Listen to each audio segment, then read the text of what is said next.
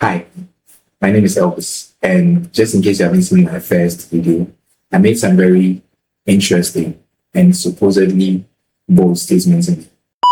Hi, my name is Elvis, and I want to build a business here in Ghana so big that it becomes synonymous to the industry it finds itself in.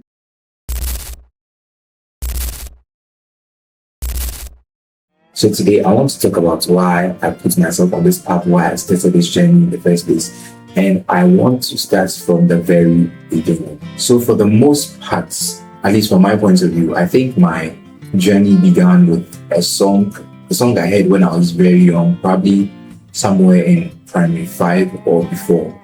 And it's the song Dream Big by Ryan Shu. I'm sure when you dream big, as big as the ocean blue. When you dream it might come true. When you dream big. Even though I was quite young when I heard this song, I understood it, and I understood it very well, and I understood it in a way that would come to change my perspective on life and how I decide to go about living life. One way or the other, we all have dreams. We all have dreams of the kind of people we want to become and the kind of things we want to do, right? And the song is saying that in those times when we are dreaming, we should just make sure our dreams are very big. The interesting part of the song is the songwriter didn't say that when we do have those dreams, it will come true. He said they might come true. So there's no guarantee that when you dream, whether big or small, they'd actually come true. And I don't know for you, right? But for me, that's enough. The chance that a very big, crazy dream of mine could actually come true, even though there's only just a chance, that's enough for me. And if there's a chance that your aspirations could actually come to pass, why not take a chance on a big one? Why not take a chance on a very, very big one? Again, that is how I choose to see it. After all, it doesn't really cost anything to dream, whether big or small. A dream is a dream, right? But it will cost you to realize those dreams. It will cost you to bring those dreams into reality.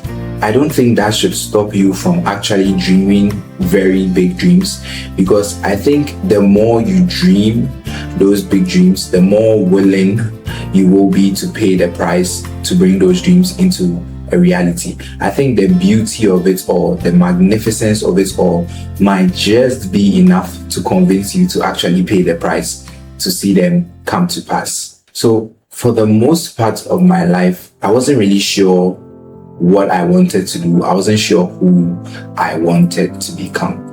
And depending on the stage of my life you asked me, it would be a completely different thing. For instance, around primary, I wanted to be a lawyer. I think that had a lot to do with a neighbor we had who was a lawyer. I don't know. Aside that, I had no reason, honestly, to be a lawyer. And then around JHS, I wanted to become an engineer, mostly because I really love to find out how things worked. I like to play around with things and see how they worked, just try to figure things out.